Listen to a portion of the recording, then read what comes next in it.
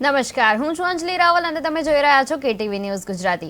ભાવનગરથી સમાચાર મળ્યા છે કે ગારિયાધાર ટાઉન વિસ્તારમાં રત્ન કલાકાર યુવાન પર હુમલો થતા તાત્કાલિક હોસ્પિટલ ખસેડાયો છે। સુખનાથ પ્લોટ વિસ્તારમાં યુવાને ગાળો બોલવાની ના પાડતા શખ્સોએ લોખંડના પાઇપથી માથામાં પ્રહાર કરી ગંભીર ઈજા પહોંચાડી હતી।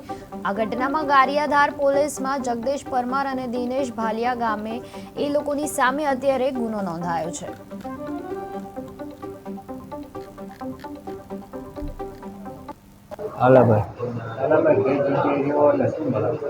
વેલાવદર રહું છું સાહેબ અને ગારિયાધાર બનાવ બન્યો છે। હું મારા ભત્રીજાના કારખાનાની પાછળ ઊભો છો એટલે આ લોકો બુટલેગરો છે બે ને એને ગાળી બોલતા હતા એટલે મેં ના પડી ગાળી બોલવાની એટલે સન્નાડાએ પકડી રાખ્યો ને જગદીશ અમારી ઉપર હુમલો કર્યો। લોખંડના પાઇપો માર્યા માથામાં। બે જણા હતા।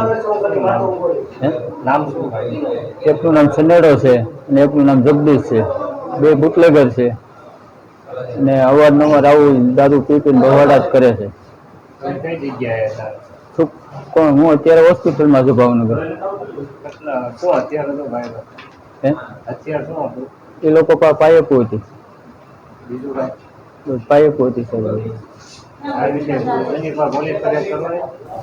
હા, કરવાની છે ને।